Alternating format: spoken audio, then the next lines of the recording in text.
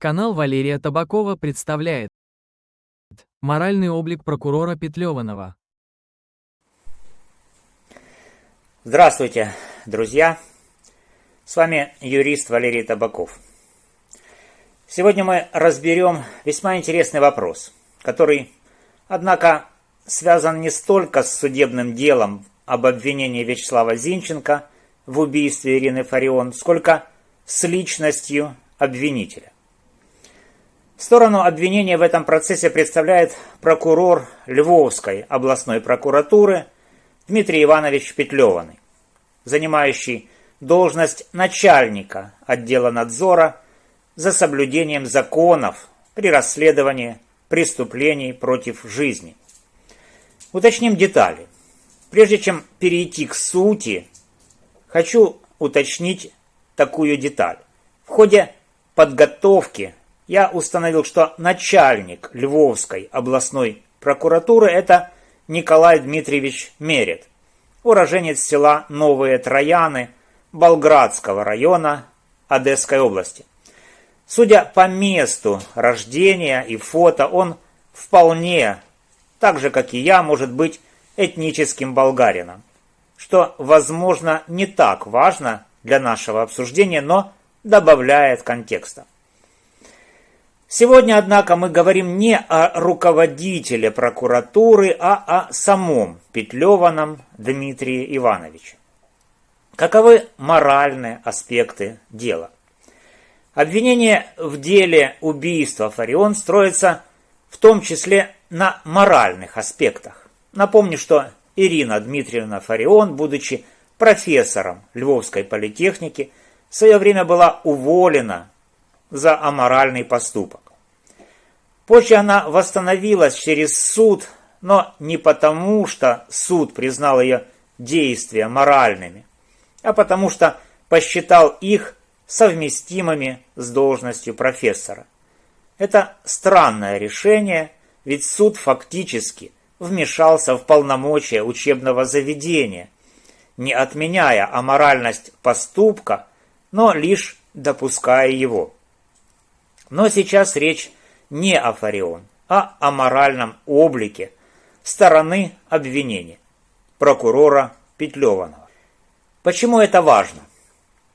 Некоторые СМИ, такие как каналы «Говорит Большой Львов» и НТА, активно обсуждают моральный облик группы поддержки Вячеслава Зинченко.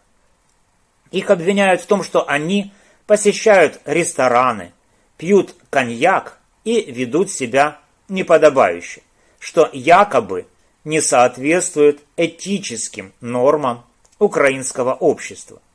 Если моральный облик группы поддержки подвергается такому анализу, логично рассмотреть и этическую сторону обвинителя Дмитрия Петлеванова. Давайте разберем это на основе официальных данных, его деклараций и связанных с ним судебных решений. Что известно из деклараций и документов? В декларации за 2015 год, поданной в 2016 году, Петлеваный указал, что женат на Юлии Борисовне Петлеваной. У них уже был сын Иван Дмитриевич Петлеваный, родившийся, вероятно, в апреле 2015 года или ранее. Среди имущества: квартира площадью 84,6 квадратных метра, приобретенная в январе 2015 года. Хотя есть вероятность ошибки в дате, возможно, это сентябрь 2009 года, право пользования квартирой получили Юлия Борисовна в 2013 году после брака и сын Иван. Грузовой автомобиль DAF 2006 года выпуска и легковой Volkswagen Touareg 3.0D 2009 года, купленный в 2016 году. Доходы. Зарплата Петлеванова 71 тысяча гривен за год.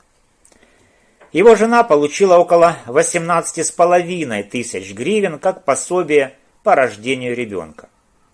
Также он задекларировал $5000 наличными. Теперь декларация за 2024 год, поданная 18 марта 2025 года. Петлеванный зарегистрирован в поселке городского типа Толстое Чертковского района Тернопольской области. Юлия Борисовна уже не указана как член семьи. Осталась только в статусе бывшей жены, а сын Иван Дмитриевич, который родился в 2015 и сейчас ему около 10 лет, все еще присутствует. Имущество. Та же квартира 84,6 квадратных метра, а также жилой дом площадью 284,7 квадратных метра. Оба объекта записаны на отца Дмитрия Ивана Емельяновича Петлеванова. Автомобили. Тот же DAF 2006 года и новый Toyota Land Cruiser Prado 150 2016 года выпуска, приобретенный в апреле 2021 года, тоже оформленный на отца. Доходы. Зарплата выросла до 1 миллиона 340 тысяч 398 гривен в год. Примерно 111 тысяч гривен в месяц. Наличные $6000, плюс счета в Приватбанке 6 тысяч, 1,8 тысячи и 116 тысяч гривен. На первый взгляд, декларации не показывают ничего необычного, но есть важный момент. В 2016 году Юлия Борисовна была указана как жена, а в 2024 году уже нет. Это подтверждается судебным решением по делу номер 608/282/23, вынесенным Залещицким районным судом Тернопольской области судьей Васильченко 28 апреля 2023 года и вступившим в силу 30 мая 2023 года. С иском о расторжении брака обратилась Юлия Борисовна. Причина – отсутствие взаимопонимания и уважения, из-за чего супруги прекратили совместное проживание более 2 лет назад, то есть примерно с 2021 года. Она заявила, что утратила к Петлеванному любовь и уважение, а брак стал формальным и вредит ее интересам. Дмитрий Иванович признал исковые требования и тоже попросил расторгнуть брак. Суд удовлетворил иск, и брак, зарегистрированный 31 августа 2013 года, был расторгнут. На момент развода их сыну Ивану было около 8 лет. И вот тут щекотливый момент. В апреле 2021 года Петлеванный покупает Toyota Land Cruiser Prado за $30 тысяч и оформляет его на отца. Это не просто покупка машины. В период, когда семья требует особого внимания и финансовой честности, он решает потратить немалые деньги на дорогой автомобиль, но не записать его на жену, а спрятать его в собственности отца. Для Юлии Борисовны это, скорее всего, стало горькой пилюлей и лакмусовой бумажкой, выявившими скрытность, недоверие, нежелание делиться планами и имуществом. Неудивительно, что уважение к нему со стороны жены окончательно испарилось. И как к человеку, и как к мужу, и как к отцу ребенка. Как такой поступок соотносится с моральным обликом прокурора, который должен быть примером честности? Что это говорит о Петлеваном? его жена и мать его сына утратила к нему уважение и любовь спустя 8 лет брака. Это произошло не из-за ресторанов или коньяка, как об этом случае с группой поддержки Зинченко трубят львовские морализаторы из Большого Львова и НТА, а из-за глубоких личных разногласий, которые, как видно, были усугублены его несправедливыми финансовыми решениями. Вопрос: должен ли прокурор, который представляет закон и мораль в обществе, сам соответствовать этим стандартам? Если близкий человек, мать его ребенка, потеряла к нему уважение, это может поднимать вопросы о его личных качествах. Более того, развод Петлеванова поднимает вопросы не только семейных ценностей, но и моральных норм, которые он, как прокурор, должен олицетворять. В этом контексте уместно вспомнить заповедь: кто разводится с женою своею, тот прелюбодействует.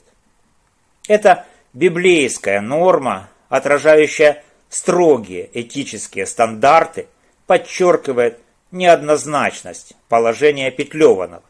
Человек, обязанный служить примером соблюдения закона и морали, сам оказался в ситуации, которая противоречит традиционным нравственным устоям.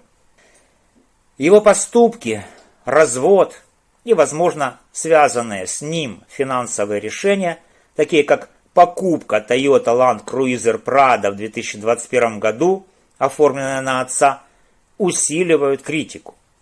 Для Юлии Борисовны, утратившей к нему уважение, это могло стать дополнительным доказательством его ненадежности как мужа и отца, обязанного служить эталоном морали как для нее, так и для их сына. А для общества это ставит старый, как мир, вопрос: может ли такой человек требовать уважения и пользоваться моральным авторитетом?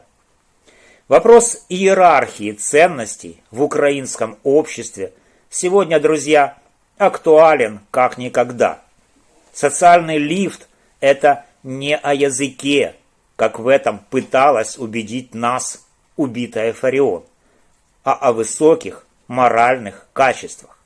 Но обладает ли ими Петлеваный, если даже его жена, самый близкий ему человек, утратила к нему уважение?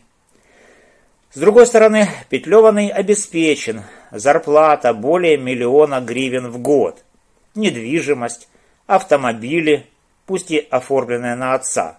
Он явно не бедствует. Но если СМИ критикуют группу поддержки Зинченко за якобы аморальное поведение, то утрата уважения со стороны жены – это не менее, а даже более значимый моральный аспект для прокурора. Каким выводом, друзья, мы в результате приходим? Петлеваный Дмитрий Иванович, возможно, компетентный прокурор, но его личная жизнь, развод, утрата уважения со стороны супруги и противоречие традиционным религиозным нормам ставит под сомнение его моральный авторитет в глазах общества. Если уважение и любовь – основа семейной жизни и социума, то их потеря в семье Петлеванова говорит о многом. Должен ли такой прокурор требовать уважения от общества, если не смог сохранить его в собственной семье? С моей точки зрения, это подрывает его моральный авторитет и этический облик. Друзья, что вы думаете?